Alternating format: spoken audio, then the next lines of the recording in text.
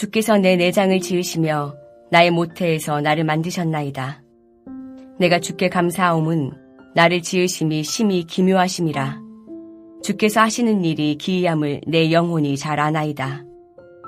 내가 은밀한 데서 지음을 받고 땅의 깊은 곳에서 기이하게 지음을 받은 때에 나의 형체가 주의 앞에 숨겨지지 못하였나이다.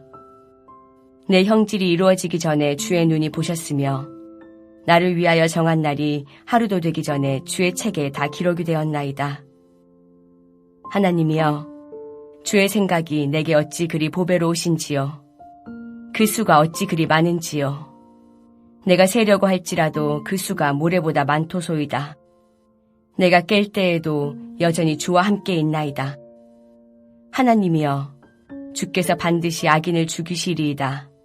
피 흘리기를 즐기는 자들아, 나를 떠날지어다. 그들이 주를 대하여 악하게 말하며 주의 원수들이 주의 이름으로 헛되이 맹세하나이다. 여호와여, 내가 주를 미워하는 자들을 미워하지 아니하오며 주를 치러 일어나는 자들을 미워하지 아니하나이까. 내가 그들을 심히 미워하니 그들은 나의 원수들이니이다. 하나님이여, 나를 살피사 내 마음을 아시며 나를 시험하사 내 뜻을 아옵소서. 내게 무슨 악한 행위가 있나 보시고 나를 영원한 길로 인도하소서. 여러분은 자신에 대하여 어떻게 평가하십니까? 자신을 대단한 사람으로 여기는 사람이 있는가 하면 또 어떤 이들은 별 볼 일 없는 지극히 평범한 사람, 대단하게 여기지 않는 사람도 있습니다. 그렇다면 대단한 사람과 대단하지 않는 사람을 나누는 기준은 과연 무엇일까요? 그 판단 기준은 맞을까요? 또 그런 기준으로 사람을 판단하고 구분한다면 그것은 어떤 결과를 가져오는지 생각해 보신 적이 있으십니까? 하나님은 나에 대하여 모든 것을 알고 계시고 나는 그분으로부터 피할 수 없는 존재입니다. 한마디로 하나님은 늘 나를 눈앞에 두고 살펴보심으로 나에 대하여 모든 것을 아시는 분이십니다. 하나님에게 나는 그런 사람입니다. 그 어떤 상황에서도 그 어떤 순간에도 늘 깊은 관심을 가지고 지켜보시기에 하나님으로부터 피할래야 피할 수 없는 존재가 바로 나입니다. 그렇다면 나에 대한 하나님의 이런 관심은 언제부터 시작되었을까요? 시인은 주께서 내 내장을 지으시며 나의 모태에서 나를 만드셨나이다 라고 말합니다. 하나님이 자신을 만드실 때부터 깊은 관심을 가지고 계셨습니다. 주께서 내 내장을 지으셨다고 할 때 내장은 원래 뜻이 콩팥입니다. 콩팥은 몸에서 가장 깊숙이 숨겨져 있는 장기이기에 사람의 가장 비밀스러운 영역에 있습니다. 그래서 이 단어는 종종 중심, 마음, 양심이라는 뜻으로도 사용되었습니다. 하나님은 나의 내면의 마음, 중심, 양심을 창조하신 분이십니다. 그리고 모태에서 나를 만드셨다는 말에서 만드셨다는 말은 히브리어로 사카크입니다. 이 말의 원래 의미는 가래개처럼 엮다, 얽어 짜다 라는 뜻입니다. 여인이 배틀로 직물을 짜듯 한 땀 한 땀 정성을 들여서 섬세하게 엮어 짠 존재가 바로 나라는 것입니다. 그래서 시인은 하나님께 감사를 드립니다. 자신이 깜짝 놀랄 정도로 섬세하며 대단하게 만드셨기 때문입니다. 사람은 하나님이 대충 끄적거려서 만든 존재가 아닌 것입니다. 은밀한 곳에서 땅의 깊은 곳과 같은 모태 속에서 술을 놓듯이 자신을 만드실 때 자신의 형체, 즉 뼈가 하나님의 눈앞에서 세워졌으며 어머니 뱃속에서 아직 형성도 되기 전에 하나님은 자신을 보고 계셨고 자신의 수명이 시작되기도 전에, 즉 태어나기도 전에 이미 나의 존재를 그분의 책에 기록하셨습니다. 자신을 향한 이런 하나님의 생각과 계획을 보는 순간 시인은 숨이 막힐 듯이 그 대단함에 깊이 감탄합니다. 하나님의 생각은 너무나 귀하고 너무나 무궁하여 사람이 헤아리기가 어렵다는 것입니다. 그러므로 아침에 깨어서 눈을 뜨면 이 하나님이 나와 늘 함께 하신다는 것에 대하여 마음에 깊은 감동이 밀려옵니다. 시인에게 나는 결코 실수로 만들어진 존재도 아니고 부모의 뜻이나 사고로 태어난 것도 아닙니다. 인생의 어떤 과정을 거쳤을지라도 나는 처음부터 하나님의 깊은 관심과 생각 속에서 의도적으로 만들어진 존재입니다. 태어나기도 전에 이미 책에 기록된 것처럼 하나님의 마음속에 그 어떤 목적과 사랑 속에 창조된 것입니다. 나라는 존재는 하나님과 분리가 될 수 없는 것입니다. 그러니 이렇게 만든 존재를 하나님이 과연 세상에서 그냥 쉽게 방치하실 수 있을까요? 신경도 안 쓰고 내 인생은 내가 알아서 해 라고 말하실까요? 이 세상에 존재하는 모든 사람은 하나님의 아들 예수 그리스도께서 기꺼이 죽어도 아깝지 않을 만큼 귀하고 소중한 존재입니다. 우리는 하나님의 아들만큼이나 가치 있는 존재입니다. 그런데 우리는 이런 자신을 무엇으로 평가합니까?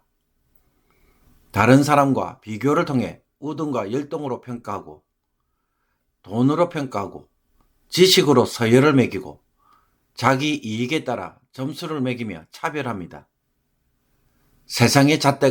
이런 세상의 잣대가 정말 우리를 평가할 수 있는 진짜 잣대일까요?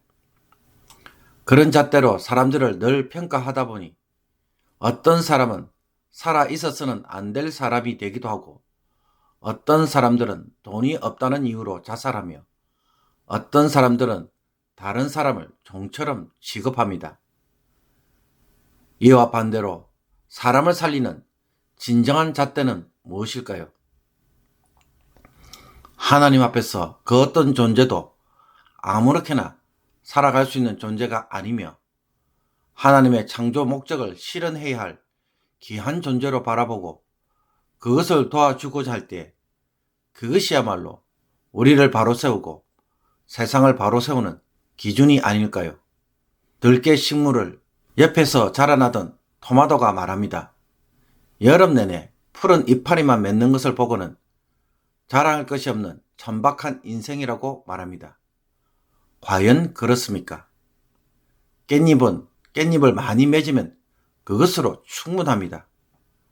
깻잎은 토마토가 될 수 없고 상추나 파가 될 수 없습니다. 하나님이 만드신 대로, 창조하신 대로, 뜻하신 대로 그것을 삶에서 맺으면 그것으로 충분합니다. 그런데 나는 나 자신을 무엇을 통해 바라보고 평가하고 있습니까? 혹 잘못된 평가 기준을 가지고 와서 나를 망치고 있는 것은 아닐까요? 오늘 이 말씀으로 자기를 바로 세울 수 있기를 원합니다. 그런데 19절에서 24절을 보면 갑자기 분위기가 확 바뀌어집니다.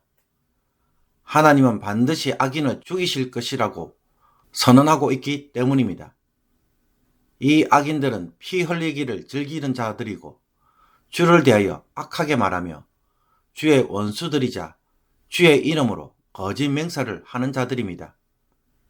이들은 사람을 죽이는 행위를 즐기고 있고 주께 악한 말을 하며 원수처럼 행동하고 거짓 맹세조차 주의 이름으로 하는 위선적인 자들입니다. 이들에 대하여 시인은 나를 떠날지어다 라고 선포하면서 강한 분노를 드러냅니다. 자신의 원수로 여깁니다. 그들과 자신을 철저하게 분리시키는 것입니다. 그래서 자신은 하나님 앞에서 결코 부끄럽지 않는 삶을 살아갈 것을 선언합니다. 하나님이여, 나를 살피사 내 마음을 아시며 나를 시험하사 내 뜻을 아옵소서. 이것은 하나님 앞에서 자신이 중심을 바로 세우므로 나를 창조하신 그 하나님의 마음에 부끄럽지 않게 살아가므로 허무하게 사라질 인생이 아니라 영원한 길을 걸어가는 그런 인생이 되기를 소망하고 있습니다. 그 길을 제대로 걸어갈 수 있도록 인도해달라고 기도하면서 끝을 맺고 있는 것입니다. 악인과 달리 하나님의 시선으로 창조하신 의도대로 그 관심에 부합되는 삶을 앞으로 살아내 보겠다고 하는 간절한 소원이자 의지의 고백인 것입니다. 그렇다면 여러분이 이 세상에서 정말로 한번 살아보고 싶은 인생은 과연 무엇입니까? 제대로 한번 성공해서 돈도 많이 벌고 떵떵거리며 수많은 사람들로부터 존경을 받는 것이 마음의 소원이십니까? 여러분이 하고 싶은 모든 욕망을 채우는 것이 살아갈 목적이십니까? 혹 그 정도는 아니어도 굶어 죽지 않을 정도로 기본적인 필요들을 채우기만 해도 살만한 인생이 될 것 같아서 그것 때문에 열심히 살아가고 계시는 것은 아닙니까?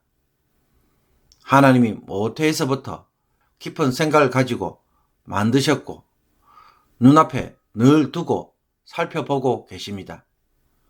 어떻게 살아야 하겠습니까? 나를 향한 하나님의 생각과 계획을 성취해 나가는 의로운 삶, 합당한 삶을 살아보는 것을 내가 진짜로 해야 할 일로 한번 바라볼 수 있기를 원합니다.